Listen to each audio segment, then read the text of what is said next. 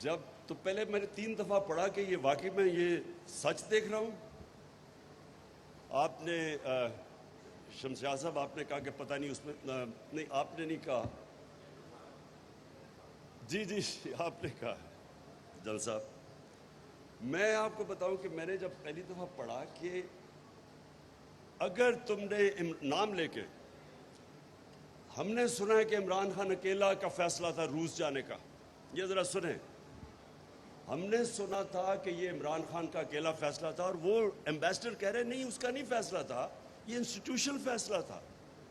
وہ آگے سے یہ بتا رہا ہے, اور وہ پھر آگے سے کہتا ہے کہ اگر تم نے اچھا ابھی نو کانفیڈنس موشن ٹیبل نہیں ہوئی اسمبلی میں, وہ 1 دن کے بعد ہوئی ہے. وہ کہہ رہا ہے کہ اگر تم نے عمران خان کو نہ اس میں نو کانفیڈنس کے ذریعے اس کو فارغ نہ کیا تو بڑے کانسیکوینسز ہوں گے پاکستان کے لیے. اور پھر کہتا ہے اور اگر کامیاب ہو گئی تو all will be forgiven, معاف کر دیا جائے گا پاکستان. میری پہلی انسٹنکٹ, پہلے تو میں نے 3-4 دفعہ پڑھا کہ یہ میں واقعی صحیح پڑھ رہا ہوں. پہلا جو میں سوچ رہا تھا کہ کوئی اس طرح کی 22 کروڑ لوگوں کے الیکٹڈ نمائندگی کوئی ایسی توہین کر سکتا ہے؟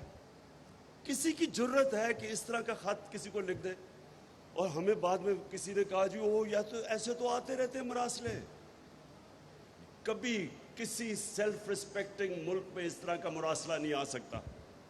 یہ ناممکن ہے کہ کسی الیکٹڈ پرائم منسٹر کو کوئی آگے کہے جی اس کو ہٹا دو. تو یہ کتنی توہین ہے ایک ملک کی. یعنی کس طرح کا ایک عام آفیسر کہہ رہا ہے کہ جی اس کو پرائم منسٹر کو ہٹا دو.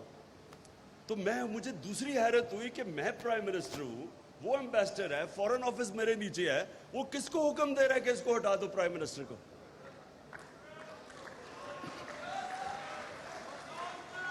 اور اس کے بعد ذرا تماشا دیکھیں, ایک دم اس کے بعد جناب اگلے دن وہ آتا ہے, نو کانفیڈنس موشن ہوتا ہے, اور ایک دم ہمارے اتحادی اور لوٹوں کو آتا ہے کہ جو وہ مہنگائی بہت ہو گئی, یہ تو گورنمنٹ نہیں صحیح چل رہی. اب یہ سنیں ذرا, پہلے 2 سال ہمارا پہلا اتنا مشکل سال تھا. مشکل سال اس لیے تھا کہ ہمارے پاس 6 ہفتے کے تو ریزروز تھے, ہم پیمنٹس ہی نہیں کر رہے تھے اپنی ایکسٹرنل لائبلٹیز کی. ہم لوگوں کو بھی نہ بتا سکیں کہ وہ روپے پہ پریشر پڑے گا, روپے نہ گر جائے. ریزروز ہمارے نیچے تھے. بھاگے پھرے کبھی ادھر اپنے 3, میں ویسے ان کا شکر بھی کرتا ہوں, یہ جو ہمارے 3 دوست تھے جنہوں نے ہمیں پیسے دیے, نہیں تو ہمارے پاس تو بینکرپٹ تھے ہم. پہلے تو ادھر سے مشکل سے نکلے اور بڑا مشکل وقت تھا, اور IMF نے پھر کنڈیشنز لگائی ہمارے پر, سختی کی, ڈیمانڈ سکویز کی, بے روزگاری تھی, چیزیں انہوں نے قیمتیں ہم نے بڑھانی پڑی, روپیہ گرا. جب روپیہ گرا باہر سے ساری امپورٹس مہنگی ہوئی, تو مشکل وقت تھا. اوپر سے کرونا آ گیا اگلے سال, وہ پھر سکویز کیا. تو ہم 2 سال تو بڑے مشکل تھے ہمارے لیے. اور شکر کریں کہ میں نے لاک ڈاؤن نہیں لگا دیا, جو ساری اپوزیشن بار بار کہہ رہی تھی کہ لاک ڈاؤن لگاؤ. لاک ڈاؤن کہتے تو ویسے ہی ہمارا بیڑا غرق ہو گیا تھا.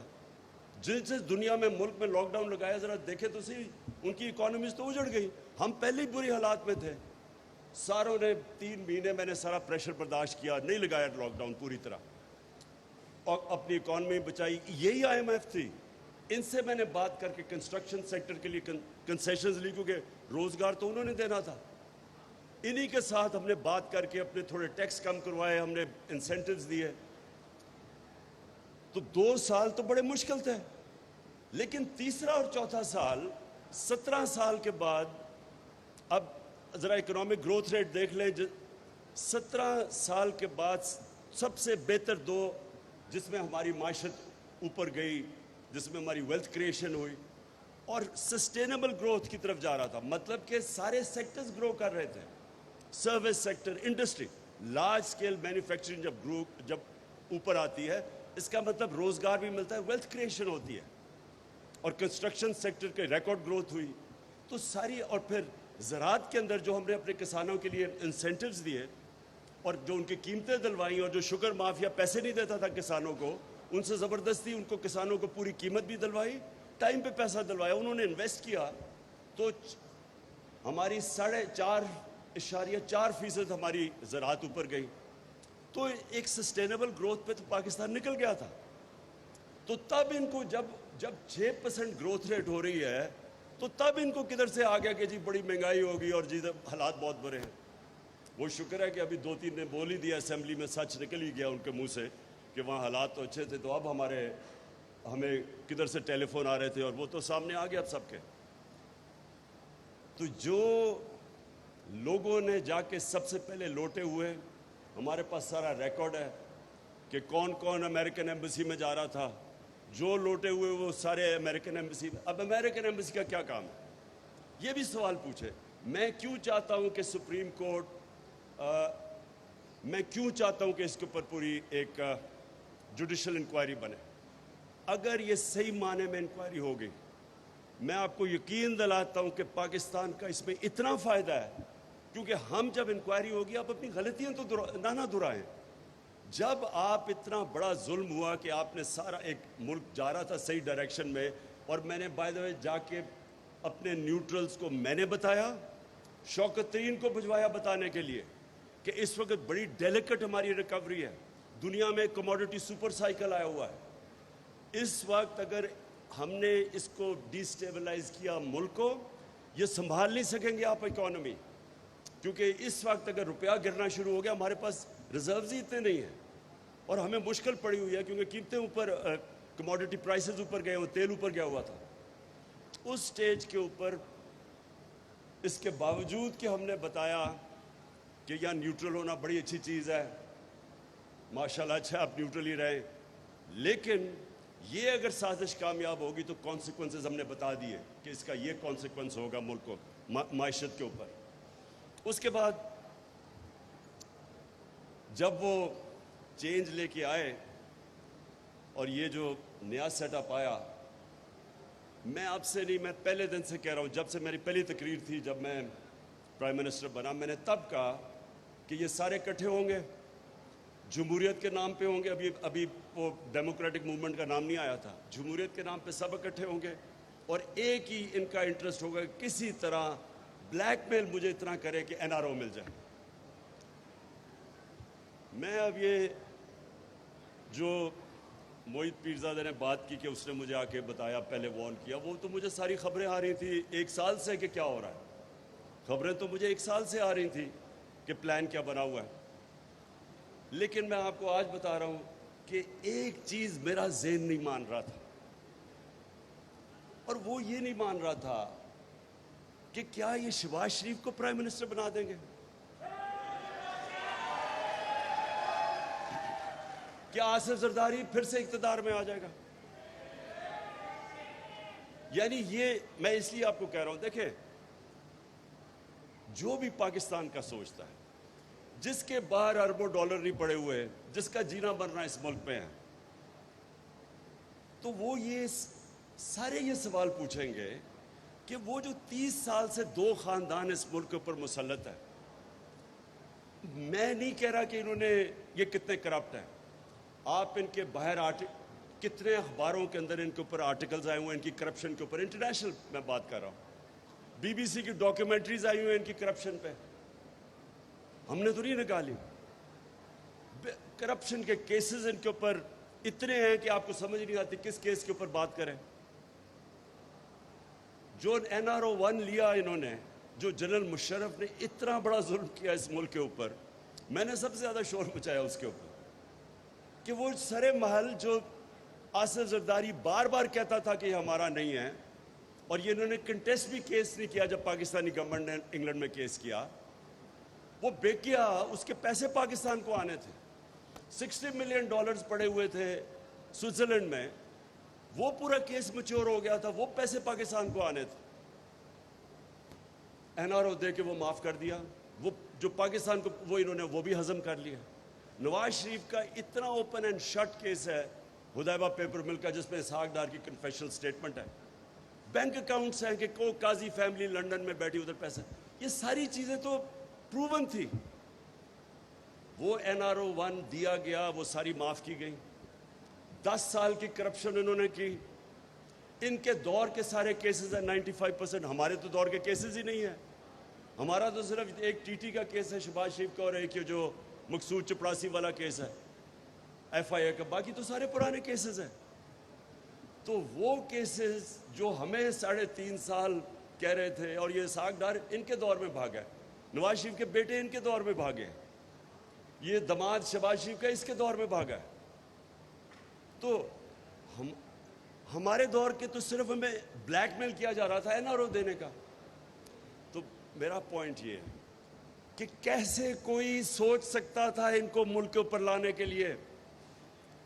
کون ملک کے اوپر اتنا ظلم کر سکتا ہے کہ شہباز شریف جس کو سزا ہونے والی تھی، انڈر ٹرائل تھا، اس کا کیس میچور تھا، کیسے کوئی اس آدمی کو اس ملک پہ مسلط کر سکتا ہے؟ یا تو یہ سمجھے، یا تو ہم یہ سمجھے کہ وہ شاید وہ یہ سمجھ رہے تھے کہ اتنا بڑا جینیس ہے یہ، کہ یہ اتنا بڑا صبح 7 بجے اٹھ کے آفس پہنچ جاتا ہے، یہ اتنا زبردست کام کرے گا کہ ملک کو اٹھا لے گا.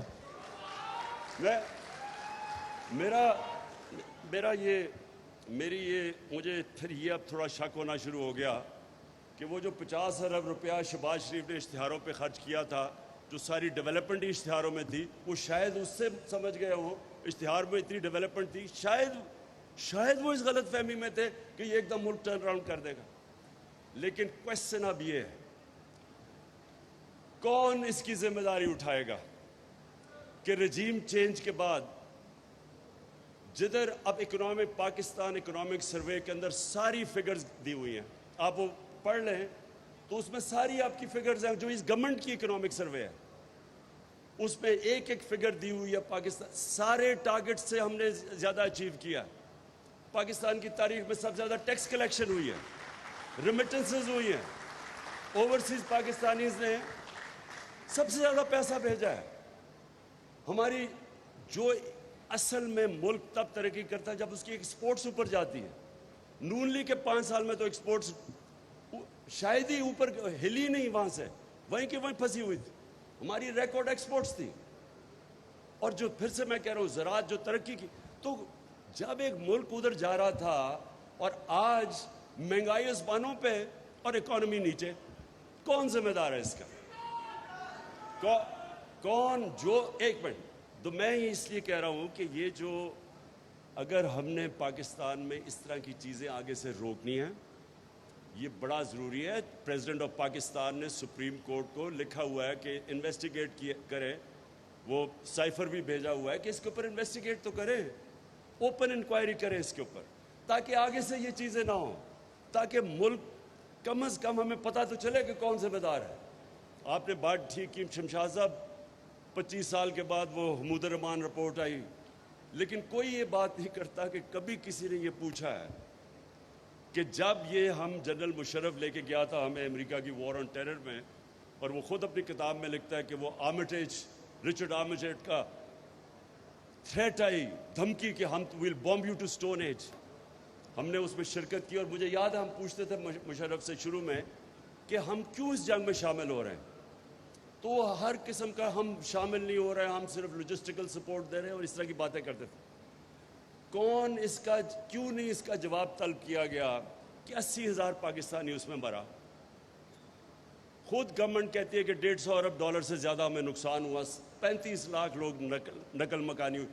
آج بھی ہمارے فوجی شہادتیں دے رہے ہیں، وہی اسی کا فال آؤٹ، جو آج بھی وہ دہشت گردی ختم نہیں ہوئی، آج بھی ہمیں قربانیاں دے رہے ہیں. ہمیں کیوں ہم گئے تھے ان کی جنگ میں؟ کم از کم یہ تو ہو کہ کیا ہمارے پاس کوئی چوائس تھی؟ کیا ہم اور طرح جا سکتے تھے؟ لیکن وہ میں پھر سے اب آتا ہوں کہ جب ہم ملک میں یہ فیصلہ کر بیٹھے کہ ہمیں جو بھی وہاں سے حکم آئے گا ہمیں ماننا پڑے گا، جو مجھے پتہ ہے کہ یہ ہماری رولنگ ایلیٹ کا یہ ذہنوں میں پڑا ہوا ہے، وہ سمجھتے نہیں ہیں ویسٹرن مائنڈ کو.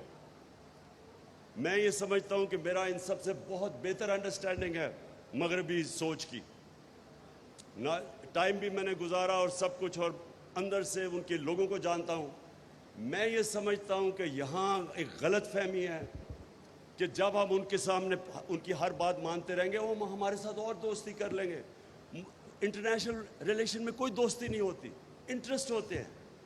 آپ ان کے انٹرسٹ سرو کرتے ہیں، وہ دیکھتے یہ ہیں.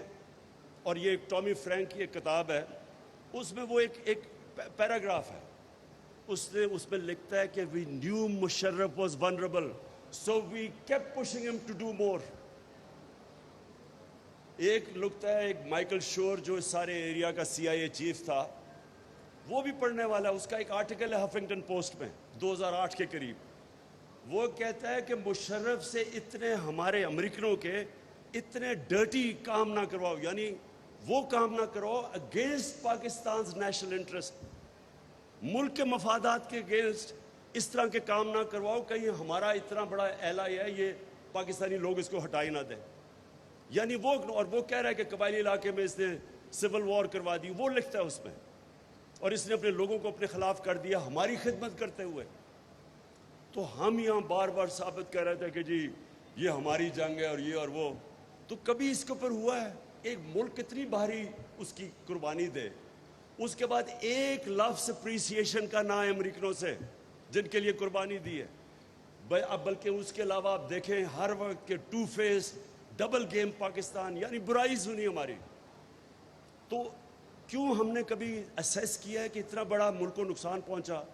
اور اس کی بھی یہ وجہ تھی کہ جو لوگ اس میں ملوث تھے، جو لے کے گئے تھے، وہ چاہتے ہی نہیں انکوائری. اور آج بھی جو طاقتور ہے، وہ جو بینیفیشریز ہیں یہ جو رجیم چینج کے، وہ کوئی نہیں چاہتا کہ انکوائری ہو اس کے اوپر. لیکن انکوائری اس ملک کے مستقبل کے لیے ضروری ہے. اگر ہم یہ چپ کر کے ایکسیپٹ کر لیں گے کہ باہر سے، اب دیکھیں ان کا کیا انٹرسٹ ہے، ان کا تو سمپل انٹرسٹ ہے، ان کا انٹرسٹ یہ ہے کہ پاکستان میں پھر جی حضور کرنے والے لوگ آ جائیں، اور ان کو سوٹ کرتا ہے. آپ سارے امریکن رجیم چینج دیکھ لیں، کرپٹ لوگ ان کو سوٹ کرتے ہیں کیونکہ وہ پلائبل ہوتے ہیں. اپنے ملک میں کوئی ضمانت پہ ہو، آپ اس کو چپڑاسی بھی نہیں رکھوا سکتے ان کے ملک میں. کوئی نوکری ڈھونڈ کے دکھاتے ضمانت پہ آدمی، وہ اتنی اسٹرکٹ ان کی مورل سٹینڈرڈز ہیں. ہمارے ملک میں وہ اس لیے یہ پریفر کرتے ہیں کیونکہ ان کو پتہ ہے، ان کو سارا پتہ ہے کہ ان کے پیسے کدھر پڑے، اور ان کو پتہ ہے کہ یہ کنٹرولبل ہے. سو وہ تو چاہتے ہیں ایسے لوگ ہیں کہ بجائے فتح کرنے کے ہر چیز پاکستان ان کی مان لے.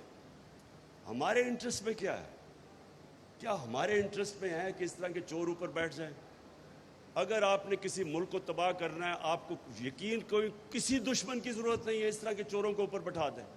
اور آپ کے سامنے ہے کون سی قیامت آ گئی ہے 2.25 مہینے میں کہ سارا پاکستان کی اکانومی نیچے چلی گئی ہے؟ کون سا اتنا بڑا؟ ہم 2.5 سال IMF کے پروگرام میں تھے، تو ہمیں کیوں نہیں پریشر انہوں نے ڈالا یہ کرنے کے لیے جو آج یہ کہہ رہے ہیں کہ جی IMF نے یہ کروا دیا تو ہمیں کرنا پڑا ہے، اور پھر ہمیں بلیم کر رہے ہیں، کہہ رہے ہیں ہماری وجہ سے. تو اگر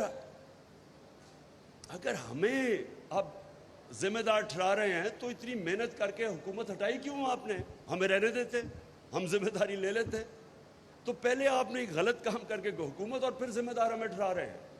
اور فگرز ڈینائی نہیں ہو سکتی.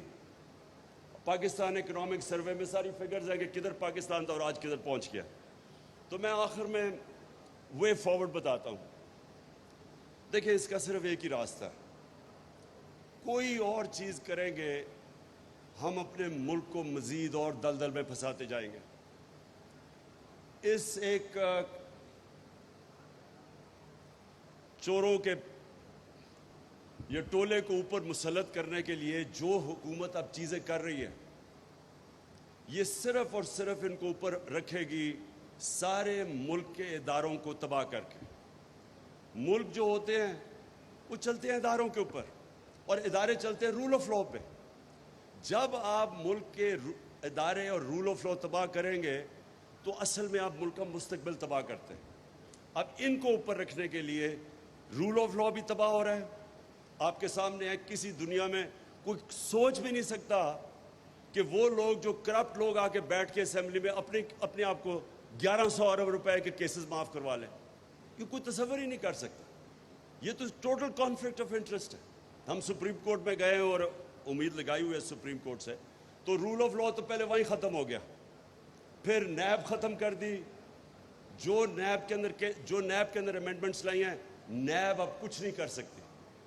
انہوں نے منی لانڈرنگ ہی ختم کر دی ہے. باہر سے اگر پتہ چلے میرے کوئی 10 ارب ڈالر باہر پڑا ہوا ہے یا جتنا بھی پڑا ہوا ہے، میں اگر انفارمیشن مجھے باہر سے آ بھی جائے، وہ ان ایڈمیسیبل ہے پاکستان میں.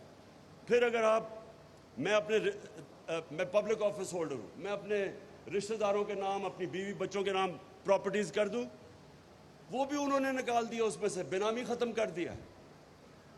انہوں نے وہ چیزیں کی ہیں کہ جو وائٹ کالر کرائم کو پکڑنا امپاسبل کر دیا۔ اب تو انہوں نے یہی نہیں اپنے آپ کو بچاتے بچاتے ساروں کے لیے دروازے کھول دیے چوری کے۔ اس کے بعد الیکشن کمیشن جو حرکتیں الیکشن کمیشن کری، ابھی جو کراچی سے سندھ میں الیکشن ہوا ہے، ہمیں تو چھوڑیں پی ٹی آئی کیا کہہ رہی ہے، پوچھ لیں ان کے اپنے اتحادی جے یو آئی سے اور ایم کیو ایم سے، وہ کیا کہہ رہے ہیں الیکشنز کے متعلق۔ 15% الیکشن انٹیریئر سندھ میں انہوں نے ان اپوزڈ جتا دیے، اور پوچھے تو صحیح ان اپوزڈ کیسے ہے؟ انہوں نے پولیس اور جو استعمال کیا لوگوں کو اٹھا لیا، وہی جو حرکتیں جو ذوالفقار علی بھٹو نے 1977 کے اندر، اس نے بھی تھوڑے سے لوگوں کو ان اپوز کروایا تھا، اس سے شور مچا تھا۔ یہاں تو 15% سیٹیں ان اپوزڈ ہو گئی ہیں، تو پوچھیں تو صحیح کہ کیوں ان اپوزڈ ہوئی ہے؟ تو وہ جو جس طرح کا وہ الیکشن ہوا، ابھی جو 20 حلقوں میں پنجاب میں الیکشن ہو رہا ہے، جو اس وقت مداخلت ہو رہی ہے، جس لیول کی مداخلت ہو رہی ہے اس الیکشن کے اندر، ٹیلی فون کال کر کر کے میں انٹرویو کر رہا لوگوں کو ٹکٹ دینے کے لیے، 2 کینڈیڈیٹس نے مجھے بتایا کہ ہمیں ان نون نمبر سے ٹیلی فون آیا کہ آپ نے ان کے ٹکٹ ہی لینے۔ تو جس لیول کی مداخلت ہے، اب اگر اسی طرح کے انہوں نے الیکشن کروانے ہیں، الیکشن کمیشن ڈسکریڈیٹڈ، وہ ہو ہی رہی ہے۔ الیکشن کمیشن ڈسکریڈیٹڈ، پارلیمنٹ کا یہ حال ہے کہ اگر راجہ ریاض پارلیمنٹ کا اپوزیشن لیڈر، سمجھ لیں پارلیمنٹ کی کیا اہمیت ہے۔ پنجاب اسمبلی میں جو پنجاب اسمبلی میں ہو رہا ہے، یعنی 2.5 مہینے سے جس طرح پنجاب چل رہا ہے، تو یہ مداخلت کے بعد، یہ جو سازش کے بعد پنجاب کے جو حالات دیکھ لیں، کوئی پوچھے تو صحیح کہ وہاں ہو کیا رہا ہے۔ جس طرح اور یہ جو آج فیصلہ بھی آیا ہے، ویسے میں یہ واضح کر دوں، ہم کل سپریم کورٹ میں جا رہے ہیں اس فیصلے کے اوپر کہ حمزہ آپ کیسے چیف منسٹر بن سکتا ہے؟ جب انہوں نے کہہ دیا اس کی الیکشن ہی غلط ہوئی ہے تو وہ چیف منسٹر کس پہ ہے؟ تو ساری جو چیزیں ہو رہی ہیں، نہ اسمبلیز فنکشنل ہیں، نہ اس ملک کی الیکشن کمیشن کے اوپر کسی کو اعتماد ہے، وہ ساری انجینئرنگ کرے۔ اب ہماری 5 ریزرو سیٹس تھی، سیدھا قانون تھا کہ جناب جیسے ہی ہماری جو لوٹے گئے تو 5 نئے آنے چاہیے تھے، وہ آئین میں ہے۔ وہ 3 ہفتے لگا دیے اس کے اوپر، فائنلی ہائی کورٹ سے فیصلہ آتا ہے کہ ان کو ریسٹور، یہ 5 ریزرو سیٹس دو پی ٹی آئی کو۔ ابھی تک بیٹھے ہوئے الیکشن کمیشن، وہ ہمیں مل ہی نہیں رہی۔ تو اتنی لیول پہ جا رہے ہیں یہ انجینئر کرنے کے لیے، اس سیٹ اپ کو انجینئر کرنے کے لیے، نہ الیکٹرل پروسیس میں کانفیڈنس ہے، وہ تباہ۔ پارلیمنٹ میں نے کہہ دیا، پھر جو میڈیا کے اوپر جس طرح کی واردات ہو رہی ہے، یہ بھی انپریسیڈنٹڈ ہے، میڈیا کو دبانے کے لیے، آوازوں کو دبانے کے لیے۔ یہ کوئی کامیاب نہیں ہوگا۔ یہ جو بھی یہ کر رہے ہیں، یہ روک ہی نہیں سکتے آج پاکستان جس طرف جا رہا ہے۔ صرف اور صرف جو بھی کوشش کر رہا ہے اس سیٹ اپ کو مسلط کرنے کے لیے، وہ اپنے آپ کو ڈسکریڈٹ کر رہا ہے، وہ پاکستان کو نقصان پہنچا رہا ہے، وہ اداروں کو ڈسکریڈٹ کر رہا ہے۔ اور ایک ہی راستہ ہے اس پہ، جو بھی آپ دیکھ لیں، ایک راستہ ہے اس پہ سے کہ فری اینڈ فیئر الیکشنز کروائے جائیں۔ اور فری اینڈ فیئر الیکشنز کا مطلب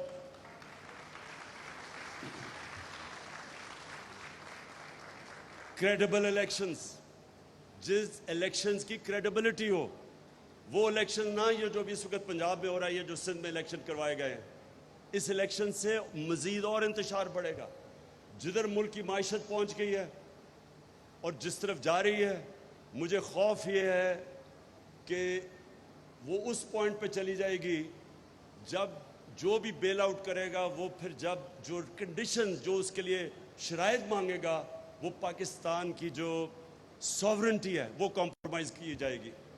ان لوگوں کو تو فرق نہیں پڑتا، جن لوگوں کو پیسے سے پیار ہے، جو صرف اپنی کرپشن بچانے کے لیے آئے تھے اور اپنی مزید کرپشن کرنے کے، ان کو تو فرق ہی نہیں پڑتا کہ پاکستان جو ایک عظیم خواب کا نام تھا، میں ہمیشہ سمجھتا ہوں کہ وہ کسی وجہ سے بنا تھا۔ ان کو تو فرق ہی نہیں پڑتا کہ اگر ہم کشمیریوں کی سٹرگل کی قبر کھود دیں، ہم ہندوستان سے ٹریڈ بھی شروع کر دیں، جو کشمیر میں ہو رہا ہے اس کو نظر انداز کریں، جو پہلے بھی کیا تھا نواز شریف نے، ملا ہی نہیں تھا حریت ممبر سے جب وہ موڈی کی وہ کورونیشن پہ گیا۔ نہ ان کو فرق پڑتا ہے، ابھی میں سن رہا ہوں کہ جی اسرائیل کو ہم ایکسیپٹ کر لیں یا اسرائیل سے ہمیں فائدے ہو سکتے ہیں. تو اگر آپ کا نظریہ ہی نہیں ہو تو کچھ بھی کر لیں. ان کو یہ بھی نہیں فرق پڑتا بیسز رکھیں, کیونکہ ان کو یہ نہیں کہ جو ہمارے 80,000 لوگ مرے تھے کسی کی کانفلکٹ میں شرکت کرنے کے, ان کو اس کا بھی نہیں ہے کہ بس جی ڈالر آ جائیں گے تھوڑے سے. تو جن کا نظریہ ہی نہیں ہے ان کے لیے تو کوئی پرابلم نہیں ہے. لیکن جو ہماری طرح کے لوگ سمجھتے ہیں کہ پاکستان ایک بڑے نظریے کا نام تھا اور اس کا نعرہ تھا, عظیم نعرہ تھا کہ اے اللہ تیرے سوا کوئی اور خدا نہیں ہے, تو وہ ان کے لیے تو یہ اگر اسی طرح ہی رہنا تھا تو بنا کیوں پاکستان پر؟ اگر آپ نے یہی کمپرومائزز کرنی ہے تو وہ کہتے ہیں نا those who don't stand for any thing fall for every thing, کہ آپ کا جب کوئی نظریہ نہیں ہے تو کسی چیز بھی مان لو. اس لیے یہ بڑا اصل میں یہ دو نظریوں کا فرق ہے.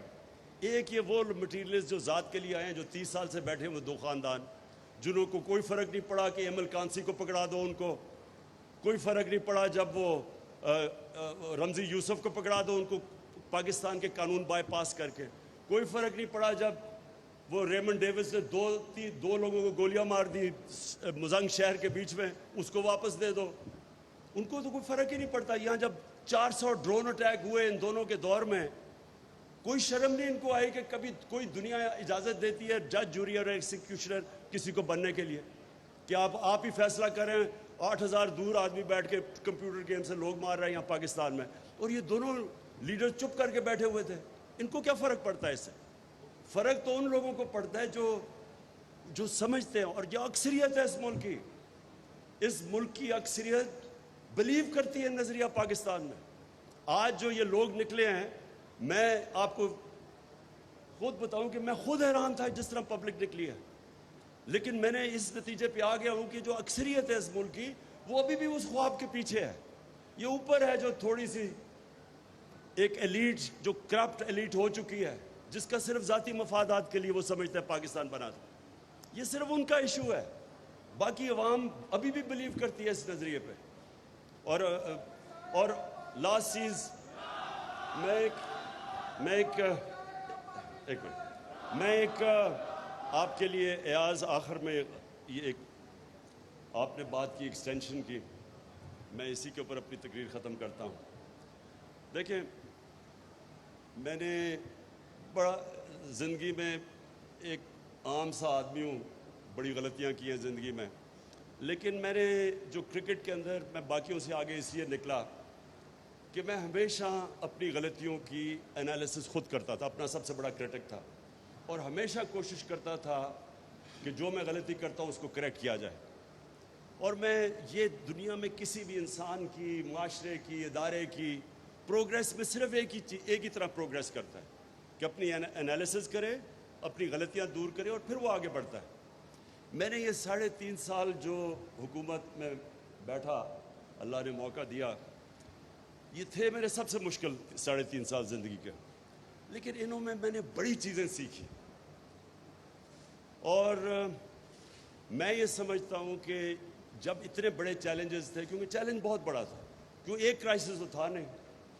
ہر روز صبح اٹھتے تھے, اچھا جی وہ ادھر پی آئی اے بینکرپٹ ہے, ریلوے کا یہ, ہر دوسرے دن کوئی نیا کرائسس ہوتا تھا کہ پیسے نہیں ہیں جی اب. سو اس کرائسس کے اندر, کرائسیز کے اندر بڑی چیزیں میں نے سیکھی. میں سمجھتا ہوں کہ میری جو ایجوکیشن ان 3.5 سال میں وہ زندگی میں نہیں ہوئی. ایک صرف میں آپ کو چیز بتاؤں کہ میں نے یہ ساری چیزیں نوٹ کی, یہ جو آپ ہم نے ابھی بات کی مداخلت کی, بالکل یہ آپ ٹھیک کہتے ہیں, ایکسٹینشن کی, کہ ہمیشہ ملک ادارہ ترقی کرتا ہے رول آف لاء پہ.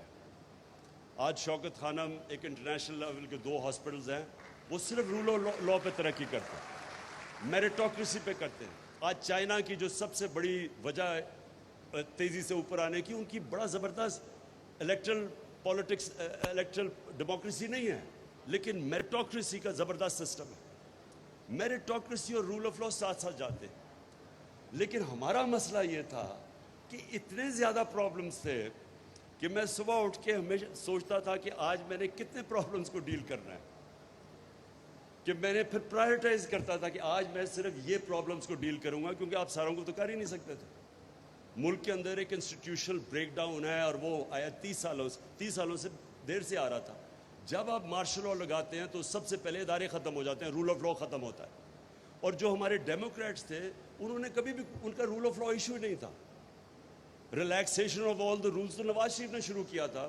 Relaxation of all the rules means rule of law کو توڑنا. سو جو ملک کے مسئلے تھے جو میں نے اسٹڈی کرتا گیا over the period of time, میں آپ کو یہ کہہ دوں کہ یہ آپ بات بالکل ٹھیک کہہ رہے ہیں, لیکن اس جو کانٹیکس میں میں آپریٹ کر رہا تھا مجھے بڑا کیئرفلی دیکھنا پڑتا تھا کہ یہ مسئلے ہیں اور میں سارے نہیں ڈیل کر سکتا ایک وقت. تو پھر مجھے پک اینڈ چوز کرنا پڑتا تھا, پرائرٹائز کرنا پڑتا تھا. اور ہم واپس دیکھتا ہوں بہت چیز بہتر کر سکتے تھے, بڑی چیزیں اور بہتر کر سکتے تھے, لیکن اس ساروں کے باوجود جو کرائسس تھے, میں یہ سمجھتا ہوں کہ بینکرپٹ اکانومی, کووڈ-19 جو ایک دنیا میں 100 سال میں ایک دفعہ کرائسس آتا ہے, اس کے اندر سے ہم جو سٹیئر کیا, اور پھر یہ سپر سائیکل کموڈٹی کا اور یوکرین کی وجہ سے.